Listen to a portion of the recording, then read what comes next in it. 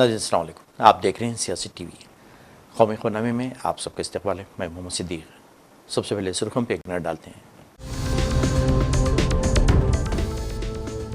वक्फ़ से मुताल्लिक़ ऑनलाइन व ऑफलाइन एतराज़ात के लिए मुहिम आज आखिरी। मुल्क के मुख्तलिफ़ शहरों में सिलसिला रहा जारी। करोड़ों की तादाद में एतराज़ात दाखिल।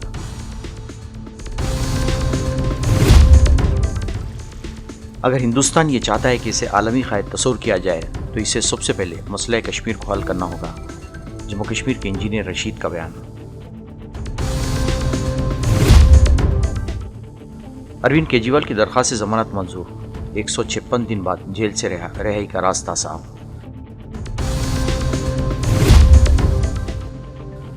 जुर्म में मुलविस होने का इल्ज़ाम जायदाद की इन्हताम की बुनियाद नहीं हो सकता। सुप्रीम कोर्ट का बयान। कहा, ऐसी कार्रवाइयों को मुल्क के क़वानीन पर बुलडोज़र चलाना तस्वुर किया जाएगा। उत्तर प्रदेश फेक एनकाउंटर्स की राजधानी। बीजेपी हुकूमत पर अखिलेश का इल्ज़ाम। कहा, समाजवादी खामोश नहीं रहेगी।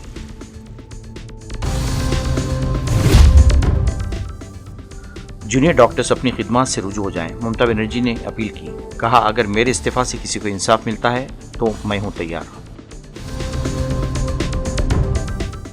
नई सुर्खियाँ। अब खबरों की तफसील पेश है। वक्फ तरमीमी एक्ट से मुताल्लिक़ ऑनलाइन व ऑफलाइन एतराज़ात के लिए मुहिम का आज आखिरी दिन था। नमाज जुमे के बाद भी जारी रही और हैदराबाद समेत महाराष्ट्र के मुख्तलिफ शहरों में यह भी सिलसिला जारी रहा। मुंबई के मुस्लिम इलाकों में नमाज जुमे के बाद मुस्लिम नौजवान बड़ी तादाद में QR कोड के ज़रिए नमाजियों से एतराज़ात जमा कर रहे थे। वाज़ेह है कि वक्फ तरमीमी एक्ट से मुताल्लिक़ ऑनलाइन और ऑफलाइन एतराज़ात रवाना करने का आज आखिरी दिन था। इन आखिरी लम्हात में बिल की मुखालिफत में राय दर्ज करवाने और इसके लिए अवामी बेदारी पैदा करने के हत्तल इम्कान कोशिशें जारी हैं। गुज़िश्ता रोज़ भी इस सिलसिले में मुख्तलिफ मकामात पर सरगर्मियाँ तेज़ होती नजर आईं। अवामी इत्तेहाद पार्टी के सरबराह शेख अब्दुल रशीद उर्फ इंजीनियर रशीद ने आज इन दावों को मुस्तरद कर दिया कि जम्मू कश्मीर में आने वाले असम्बली इंतखाबात के लिए BJP के प्रॉक्सी उम्मीदवार हैं और कहा कि अगर इंडिया ब्लॉक मरकज़ में बरसर इख्तिदार आने पर मरकज़ी ज़ेर इंतज़ाम इलाक़े में 370 की बहाली का वादा करे तो इसकी तायद करने के लिए तैयार हैं। रशीद ने, जिन्हें 2019 में UAPA इल्ज़ामात के तहत गिरफ्तार किया गया था, 11 सितंबर को अबूरी ज़मानत पर तिहाड़ जेल से रहा हुए। बारामूला के रुकने पार्लियामेंट ने कहा कि अगर हिंदुस्तान ये चाहता है कि इसे आलमी क़ायद तस्वुर किया जाए तो इसे सबसे पहले मसला कश्मीर को हल करना होगा। स्टेटहुड एक मामूली मसला है, उसको तो वापस आएगी, हम लेके आएंगे, सब आएंगे। मसला बड़ा है कश्मीर का मसला बड़ा है 370 और 33 का।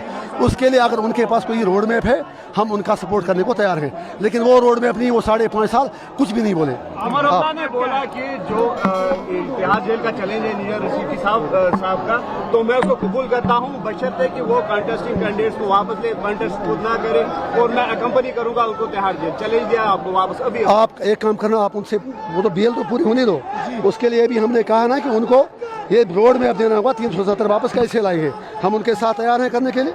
तो चैलेंज किस तरह समझते हैं अगर वो तिहाड़ जेल खुद जाएंगे? अरे एक मिनट, चैलेंज क्या, आत्मना चुप करो जी, ये कौन सा चैलेंज है? वो बेचारा तो मेरे से 2 लाख वोटों से हार गया, वो क्या चैलेंज मुझे देगा? उसको आज अपनी टोपी उतार के कहेंगे बुछुआ करना जार पार में टोप छाते है मैं अजुआ तो है, पहले वो कश्मीरी करना सीख ले फिर बता दें। सर जिन्होंने आपको जिताया उनको कहा गया ये सेपरेटिज्म वोट है। अगर सच बोलना सेपरेटिज्म है तो we are proud of to be separatist, that's enough. एक मिनट, दूसरी बात, ऐसा कह के उन वोटरों की ऐसा करके दिल्ली को सोचना चाहिए अगर इंजीनियर रशीद के साथ सेपरेटिस्ट वोटर से तो फिर हिंदुस्तान के साथ यहाँ कोई नहीं है। तो ऐसा लग रहा है आप साउथ पे ज्यादा फोकस कर रहे हैं आप। सर यहाँ इलेक्शन, साउथ तो मेरा नहीं है क्या? साउथ मेरी जान है, मेरा दिल है, साउथ पर मेरी जान कुर्बान है। सबसे ज्यादा मार मैंने यहाँ की साउथ नहीं खाई है, ये आपको भी पता है सर। कोई और बस निभाना पड़ेगा। तिहाड़ जेल में सर, जब आप तिहाड़ जेल में थे तो आपने कल एक स्टेटमेंट दिया था कि कोई आदमी वहाँ पे भेजा था पैसे, तो आपने बोला मैं फाइट नहीं रहूंगा। अभी ना वो थोड़ा मैं ऐसे बता दूंगा, सब्र करो, बता दूंगा। शुक्रिया। रोड मैप आपकी, मेरा रोड मैप आपके सामने है। हवाओं से नहीं, ज़बानी बातों से नहीं, मंशूर के लिखने से नहीं, कुर्बानी देने से मसले हल होंगे। सुप्रीम कोर्ट ने दिल्ली एक्साइज पॉलिसी घोटाले से मुताल्लिक़ मरकजी तफ्तीशी ब्यूरो CBI के मामले में तिहाड़ जेल में बंद वज़ीर आला अरविंद केजरीवाल को बड़ी राहत देते हुए मशरूत ज़मानत दे दी। जस्टिस सूर्यकांत और जस्टिस अजवल भोयां की बेंच ने मिस्टर केजरीवाल को इनकी अर्जी पर यह राहत दी। दोनों जजेस ने वज़ीर-ए-आला को 10 लाख रुपए के ज़ाती मशलके और इतनी रकम के 2 ज़मानत बॉन्ड पर रिहा करने का हुक्म दिया। आज सर्वोच्च न्यायालय में हमारी सीबीआई के केस में बेल पेंडिंग थी और आज बेल ग्रांट कर दी गई है और ये आज बहुत बड़ा राहत का दिन है। माननीय मुख्यमंत्री पिछले 5 महीने से जेल में थे। जिस तरीके से हम लोग बार बार ये कह रहे थे कि भी इस केस के अंदर कुछ भी नहीं है और सीबीआई की एंट्री तो हुई उस टाइम पे थी जब ईडी के अंदर बेल हो चुकी थी, तो आज सर्वोच्च न्यायालय ने बेल ग्रांट कर दी है। जहां तक अरेस्ट वाले मैटर में है उसमें दोनों जजेस के अलग अलग व्यूज आए हैं, उसके बारे में जब ऑर्डर्स आ जाएगा मैं कमेंट करूंगा। लेकिन आज राहत का दिन है दिल्ली वालों के लिए भी, दिल्ली की जनता के लिए भी, आम आदमी पार्टी के लिए भी। क्या क्या रखे गए हैं कोर्ट की तरफ से? विशेष कोई शर्त नहीं है, रूटीन की शर्तें हैं। जिस तरीके से सीबीआई के मैटर्स में कोई जर्नल कमेंट्स नहीं कर पाएंगे क्योंकि कोर्ट में मैटर सब जुडिस है। बाकी कोर्ट्स की जब भी कॉल आएगी, जब भी हियरिंग होगी, माननीय मुख्यमंत्री जी को पेश होना पड़ेगा। सभा कर सकते हैं मुख्यमंत्री? इस तरह का कोई बैन नहीं है, इस तरह का कोई बैन नहीं है। प्रचार भी कर पाएंगे माननीय मुख्यमंत्री अपने तरीके से, जो उनकी जिम्मेवारी है उसको निभा पाएंगे। हरियाणा में अरविंद केजरीवाल नजर आएंगे? बिल्कुल नजर आएंगे। आज शाम को दिल्ली की जनता के बीच में होंगे और बहुत जल्दी हरियाणा की जनता के बीच में होंगे। दिल्ली के वज़ीर-ए-आला अरविंद केजरीवाल को सुप्रीम कोर्ट ने आबकारी पॉलिसी केस में जमानत दे दी है। इस फैसले के बाद आम आदमी पार्टी के रहनुमा मनीष सिसोदिया ने खुशी का इजहार किया और कहा कि ये साबित हो गया है कि अरविंद केजरीवाल जैसा सच्चा, ईमानदार और मेहनती रहनुमा इस मुल्क में नहीं है। इन्होंने इल्ज़ाम आयद किया कि भारतीय जनता पार्टी ने केजरीवाल को जेल में डालने के लिए कई साजिशें की। आम आदमी पार्टी के रुकने पार्लिमान राघव चड्ढा ने भी इस फैसले पर खुशी का इजहार किया और कहा कि केजरीवाल की जमानत एक सच्चाई की जीत है। एक बार फिर से साबित हो गया है कि अरविंद केजरीवाल जी जैसा सच्चा, ईमानदार, देशभक्त, कट्टर ईमानदार नेता इस देश में नहीं है। जिनको गिरफ्तार करने के लिए भारतीय जनता पार्टी ने हजारों तरह की कुचक्र रचे, हजारों तरह की साजिशें रची। एक कट्टर ईमानदार आदमी को, काम करने वाले आदमी को, जनता के दर्द के लिए, जनता की जिंदगी को संवारने के लिए जो काम कर रहा था, उनको उठा के जेल में डाला। इससे बड़ा पाप लोकतंत्र के इतिहास में नहीं हुआ। आज ऑनरेबल सुप्रीम कोर्ट को हम नमन करते हैं, उनको सलाम करते हैं, उनका धन्यवाद करते हैं। हम इस देश के संविधान का धन्यवाद करते हैं, बाबा साहब का धन्यवाद करते हैं, जिनके बदौलत आज सच्चाई की जीत हुई है। और ये खाली सच्चाई की जीत की बात नहीं है, झूठ भी एक्सपोज हुआ है। जिस तरह से आज ऑनरेबल सुप्रीम कोर्ट में ऑब्जर्वेशन दी गई, कहा गया कि केजरीवाल जी को ईडी की रिहाई से रोकने के लिए सीबीआई का पूरा गिरफ्तारी का मामला रचा गया। हम बार बार कह रहे थे, सिंघवी साहब ने, हमारे जो सीनियर एडवोकेट थे, उन्होंने ऑनरेबल कोर्ट के सामने बार बार ये शब्द दोहराया कि ये इंश्योरेंस अरेस्ट था। ये किसी गलत काम के लिए अरेस्ट नहीं किया गया था, कोई करप्शन के लिए अरेस्ट नहीं किया गया था। भारतीय जनता पार्टी चुनाव में नहीं जीत पाती, पार्टी को नहीं तोड़ पाती, तो एक इंश्योरेंस अरेस्ट किया गया कि इस आदमी को जेल में डाल दो तो इनकी पार्टी टूट जाएगी, इनकी सरकारें ध्वस्त हो जाएंगी।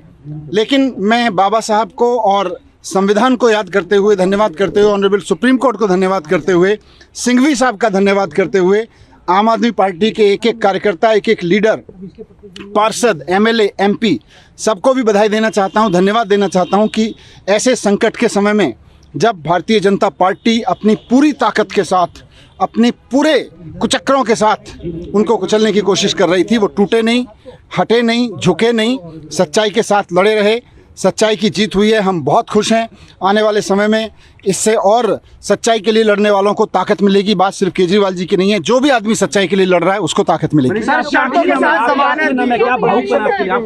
ये हमारे सबके लिए बहुत भावुक पल है। हमारे बड़े भाई, हमारे मित्र, हमारे गुरु केजरीवाल जी, जिनको इस तरह से अंदर डाला गया जेल में, सबके लिए बहुत दुखद क्षण था। एक एक कार्यकर्ता के लिए बहुत दुखद क्षण था। लोग रोए हैं उनके लिए, इस बात के लिए लोग रोए हैं। लोगों ने प्रार्थनाएं की हैं, लोगों ने दुआएं की हैं, उनकी आज दुआएं सफल हुई हैं। मैं उनको भी धन्यवाद करना चाहता हूं। मैं ईश्वर को भी धन्यवाद करता हूं कि उन्होंने हमारी सुनी।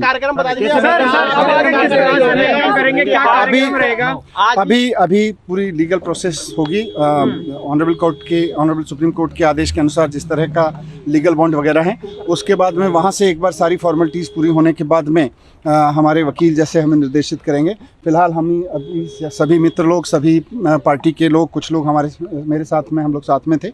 अभी हम केजरीवाल जी के घर जाएंगे, उनकी माताजी जो हम सबकी माताजी हैं, आदरणीय हैं, उनके आशीर्वाद लेंगे, पिताजी का आशीर्वाद लेंगे, भाभी जी के साथ मिलेंगे। सर्वसम्मति से, दोनों जज साहिबान के सर्वसम्मति से ये फैसला आया, माननीय केजरीवाल साहब को बेल मिली और ये सबकी उम्मीदें थीं कि आज बेल मिलना चाहिए। चूंकि ईडी के मसले पे बेल मिल चुका था, तो आज जो बेल मिला है उसके लिए माननीय उच्चतम न्यायालय का धन्यवाद करते हैं। पूरे भारतवर्ष में हर व्यक्ति उनका धन्यवाद करता है जिन्हें केजरीवाल जी की ईमानदार राजनीति से बहुत फायदा मिला है। तो आप खुल कर सकते हैं ना कि पॉलिटिकली मोटिवेटेड ये तमाम केस थे, के कविता, संजय सिंह, लंबी फेरिस्त अरविंद केजरीवाल। हमने तो बात बहुत पहले कह दी थी कि आप देखें ना, इनफैक्ट जज साहिबान ने अपने ऑर्डर्स में जो पीछे अगर आप देखें तो खुल्लम खुल्ला कहा है किस प्रकार का एविडेंस है ये कि आप 4 व्यक्तियों में 2 व्यक्ति को जो एक्यूज्ड है उसको अप्रूवर करार दे दो और उसके स्टेटमेंट पे आप अरेस्ट कर लो, वो भी सिटिंग चीफ मिनिस्टर को, डिप्टी चीफ मिनिस्टर को, मेंबर ऑफ पार्लियामेंट को। कर क्या रहे हैं आप? तो मुझे लग रहा है कि आज जो फैसला आया है, अब भारत की जनता के कोर्ट में दूसरा फैसला बहुत जल्दी आएगा। हरियाणा का भी आएगा, जम्मू कश्मीर का भी आएगा, महाराष्ट्र का भी आएगा, झारखंड का भी, दिल्ली का भी आएगा, सबका आएगा। तो भाजपा की सारी कोशिशें कि केजरीवाल जी प्रचार के लिए उपलब्ध ना हो पाए, ये सब नाकाम साबित हुई, फिसड्डी साबित हुई। भगवान के घर में देर है, अंधेर नहीं है। कि हरियाणा जाएंगे अरविंद केजरीवाल, तो अपोजिशन को बेनिफिट होगा अरविंद केजरीवाल के वहां पहुंचने से। केजरीवाल जी के आने से सब तरफ डेमोक्रेसी मजबूत होगी। कांग्रेस ने दिल्ली के वज़ीर-ए-आला अरविंद केजरीवाल को सुप्रीम कोर्ट से जमानत मिलने के बाद ये संगीन इल्ज़ाम आयद किया कि वज़ीर-ए-आज़म नरेंद्र मोदी की क़यादत वाली हुकूमत ने गुज़िश्ता 10 सालों से अपने सियासी मुखालिफिन के खिलाफ जांच एजेंसियों का गलत इस्तेमाल किया है। पार्टी तर्जुमान और सोशल मीडिया महकमे के चीफ सुप्रिया श्रीनीत ने इस ताल्लुक़ से नामानिगारों के एक सवाल पर कहा कि अवाम ने हालिया लोकसभा इंतखाबात में बदले की सियासत का जवाब दिया, लेकिन ये हुकूमत इसे समझ नहीं पा रही है। सुप्रीम कोर्ट ने कहा कि जुर्म में मुलविस होने का इल्ज़ाम किसी जायदाद के इनेदाम की बुनियाद नहीं बन सकता और ऐसी कार्रवाइयों को मुल्क के क़वानीन पर बुलडोज़र चलाना तस्वुर किया जाएगा। अदालत उज़्मा ने कहा कि एक ऐसे मुल्क में जहाँ रियासत के इक़दामात क़ानून की हुक्मरानी के ताबे होते हैं, किसी रुकने ख़ानदान का गैर क़ानूनी दाखिला इसी ख़ानदान के दीगर अरकान के ख़िलाफ़ कार्रवाई या इनके क़ानूनी तौर पर तामीर करदा मकान के निज़ाम की बुनियाद नहीं बन सकता। अदालत उज़्मा ने कहा कि जुर्म में मुलविस होने का इल्ज़ाम जायदाद के निज़ाम की बुनियाद नहीं हो सकता। अदालत ने इस बात का नोट लिया कि इस जुर्म को अभी तक अदालत में क़ानूनी तरीक़ेकार से साबित नहीं किया जा सका। अदालत ने निज़ामी कार्रवाई की ऐसी धमकियों से गाफिल नहीं रह सकती जिनका एक ऐसे मुल्क में तस्वुर भी नहीं किया जा सकता जहाँ क़ानून सबसे बालातर है। मगरबी बंगाल की वज़ीर-ए-आला ममता बनर्जी ने हड़ताल पर मौजूद डॉक्टर्स और नर्सों से कहा कि वो खुद इस्तीफ़ा देने तैयार हैं। इन्होंने अपने हाथ जोड़कर जूनियर डॉक्टर्स और नर्सों से कहा कि आप सही हैं, लेकिन सुप्रीम कोर्ट के हुक्म से कोई आला नहीं है। ममता ने कहा कि इंसानियत के नाते ड्यूटी पर रुजू हो जाएं। আমি মানুষের স্বার্থে এমনকি নিজে পদত্যাগ করতেও রাজি আছি। আমার মুখ্যমন্ত্রীর পদ চাই না, কিন্তু আমি চাই মানুষ বিচার পাক, তিলোত্তমা বিচার পাক আর সাধারণ মানুষ চিকিৎসা পাক। আর তা না হলে কিন্তু আপনাদেরও যেমন আন্দোলন আছে, পরিবারগুলো যদি আমাদের কাছে কৈফিয়ত চাই, আমাদেরও তো কৈফিয়ত দিতে হবে। আমরা তার জন্য তৈরি থাকব। I tried my best to sit with the junior doctors. I spent 3 days for them, waiting and waiting that they should have come, they should have settled their problem. Even when they didn't accept the verdict of the Supreme Court, instead of that also, I waited 3 days with my highest officials, including Chief Secretary, Home Secretary, DG and my MOS. But I am sorry, I apologize to the people. I apologize to the people of this country and the world people who are supporting them. Please give your support, I don't have any problem. We want justice for Tilottama. We want justice for common people. We want justice for treatment for common people. We want that as per Supreme Court instruction, they must join their duty. Though 3 days are over after the Supreme Court verdict, instead of that also we are not taking any disciplinary action. Because sometimes we have to tolerate. It is their duty to tolerate sometimes. Congress ने कहा कि लोकसभा में कायदे हिज़्ब इख्तिलाफ राहुल गांधी का America में सिखों के बारे में दिया गया बयान दुरुस्त है और इससे मुतालिक बीजेपी के प्रोपेगेंडे का कोई जवाब नहीं है। पंजाब के साबिक़ वज़ीर-ए-आला चिरंजीत सिंह चन्नी और पंजाब असम्बली में अपोजिशन लीडर प्रताप सिंह बाजवा ने एक प्रेस कॉन्फ्रेंस में कहा कि मिस्टर गांधी ने अमेरिका में जो कुछ कहा है इसमें सच्चाई है। इन्होंने कहा कि हमारे मुल्क के किसान किसी एक मज़हब से ताल्लुक़ नहीं रखते। जब किसान तहरीक चली तो पंजाब, हरियाणा, दिल्ली, राजस्थान, उत्तर प्रदेश समेत कई रियासतों के किसान इसमें शामिल थे, लेकिन वज़ीर-ए-आज़म नरेंद्र मोदी ने किसानों की बात सुनने के लिए 10 मिनट का वक्त भी नहीं निकाला। जब मिस्टर गांधी अमेरिका गए तो इन्होंने वहां बताया कि कांग्रेस ने मुल्क की आज़ादी में क्या ताउन किया है। देखिए, बहुत सख्त कार्रवाई होनी चाहिए, क्योंकि हमारा ये पहले से ही मानना है कि ये तो एक मखौटा है। ये जो तलविंदर सिंह है, ये तो मखौटा है। ये सीधा जो थ्रेट है वो सीधा देने के बजाय घुमाकर दिया है थ्रेट। अगर कल कोई ज्यादा प्रेशर पड़ेगा तो इस पर केस कर देंगे जी। सीधा होता तो इसका असर सारे देश में और इंटरनेशनली जाता, because Rahul Gandhi ji is not an ordinary member of parliament. He is also the leader of he is the chosen leader of the opposition who holds a cabinet rank. And then he is leading one of the biggest blocks. Government का और इनका 10, 15, 20 सीटों का ही फर्क है, ज्यादा नहीं। और अगर लीडर ऑफ द ऑपोजिशन को, इतने बड़े ब्लॉक के लीडर को आप डायरेक्ट थ्रेट देते हो और फिर कार्रवाई नहीं होती, थ्रेट तो कोई भी दे सकता है मगर कार्रवाई होती, 2 दिन बीतने के बाद अगर कार्रवाई नहीं हो रही तो उसका मतलब क्या है? उसका मतलब डायरेक्टली है कि अगर ये खुद इन्होंने कहकर थ्रेट ना दिलवाया होता तो उस पर कार्रवाई होती। It's a similar thing what has happened with Kangana Ranaut. जब देखा कि हरियाणा में और दूसरी जगह पर इसका असर पड़ सकता है बयान का, खुद अपने आप को डिस्टेंस अवे कर लिया, एक्शन कुछ भी नहीं लिया। Same is the case same. तो हम देखो, बेटर सेंस मस्ट प्रिवेल। इसमें कांग्रेस को कहने की जरूरत नहीं है, बेटर सेंस मस्ट प्रिवेल। ऐसे लोग जो ऐसे बयान देते हैं उसको खुद ही अभी तक केस रजिस्टर कर कर इसको सलाखों के पीछे होना चाहिए था। अगर नहीं करेंगे then Congress leadership will obviously have to knock at the doors of the courts. समाजवादी कायद अखिलेश यादव ने बीजेपी हुकूमत पर इल्जाम लगाया कि उत्तर प्रदेश को फेक एनकाउंटर का दारुल-हुकूमत बना दिया गया है। अखिलेश ने इन एनकाउंटर की तमाम तफसीलात पेश की और कहा कि अब समाजवादी खामोश नहीं रहेगी। इन्होंने किसी के झूठे कत्ल को कानून की खिलाफ वर्जी करार दिया। कोई ऐसा व्यक्ति नहीं है जो न जानता हो कि भारतीय जनता पार्टी की सरकार में झूठे एनकाउंटर हो रहे हैं, हत्या की जा रही है। जो मंगेश यादव की हत्या हुई है, गांव से लेकर के आसपास के लोग जानते हैं कि पुलिस रात में आई थी, उठा ले गई, पुलिस उठा करके ले गई एसटीएफ। और सोचिए आप कैसी कहानी गढ़ी गई कि उसके पास नया बैग था, अमेरिकन टूरिस्ट बैग बताया गया, और जब बैग खोला गया तो उसमें भी कपड़े नए मिले, शोरूम से खरीदे हुए। और जो मोटरसाइकिल मिली, सुनने में आ रहा है कि जो मोटरसाइकिल जिसकी चोरी हुई थी, कई दिनों बाद एफआईआर लिखी गई और उसके घर परिवार के लोगों के, मां का इनको दर्द समझ में नहीं आ रहा, बहन के आंसू नहीं समझ में आ रहे हैं। और सोचिए कैसा दिमाग इनका, सरकार ने कैसी होशियारी दिखाई कि चप्पल में इनकाउंटर कर दिया। बताइए आप, कैसा दिमाग है इन लोगों का,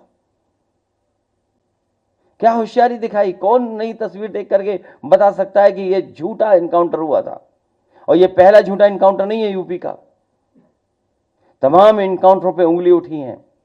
जिस समय पहला इनकाउंटर नोएडा में जिम इंस्ट्रक्टर को हुआ था, उस समय भी हम लोगों ने कहा था कि पुलिस वालों ने लूटने के लिए, दबाव बनाने के लिए हत्या का प्रयास किया है, और उस समय भी कार्रवाई नहीं हुई है।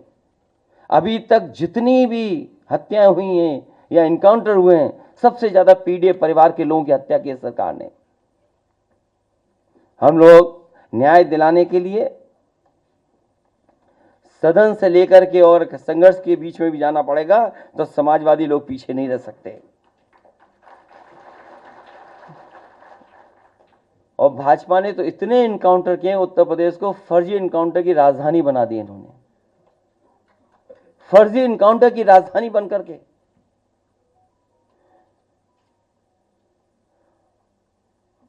और फिर नकारात्मक दिल वाले और दिमाग विनाश कर सकता है, विकास नहीं कर सकता। जिसकी सोच नकारात्मक हो और जिसका दिल और दिमाग नकारात्मक हो, वो विनाश ही कर सकता है, विकास नहीं कर सकता। नाज़रीन, आखिर में सुर्खियों पे एक और नज़र। वक्फ से मुतालिक ऑनलाइन व ऑफलाइन एतराज़ात के लिए मुहिम आज आखिरी। मुल्क के मुख्तलिफ शहरों में सिलसिला रहा जारी। करोड़ों की तादाद में एतराज़ात दाखिल।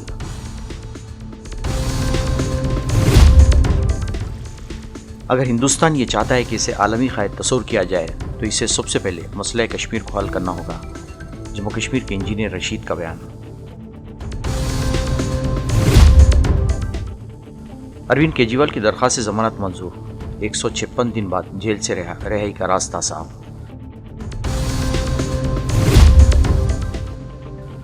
जुर्म में मुलविस होने का इल्ज़ाम जायदाद की इन्हताम की बुनियाद नहीं हो सकता। सुप्रीम कोर्ट का बयान। कहा, ऐसी कार्रवाइयों को मुल्क के क़वानीन पर बुलडोज़र चलाना तस्वुर किया जाएगा। उत्तर प्रदेश फेक एनकाउंटर्स की राजधानी। बीजेपी हुकूमत पर अखिलेश का इल्ज़ाम। कहा, समाजवादी खामोश नहीं रहेगी।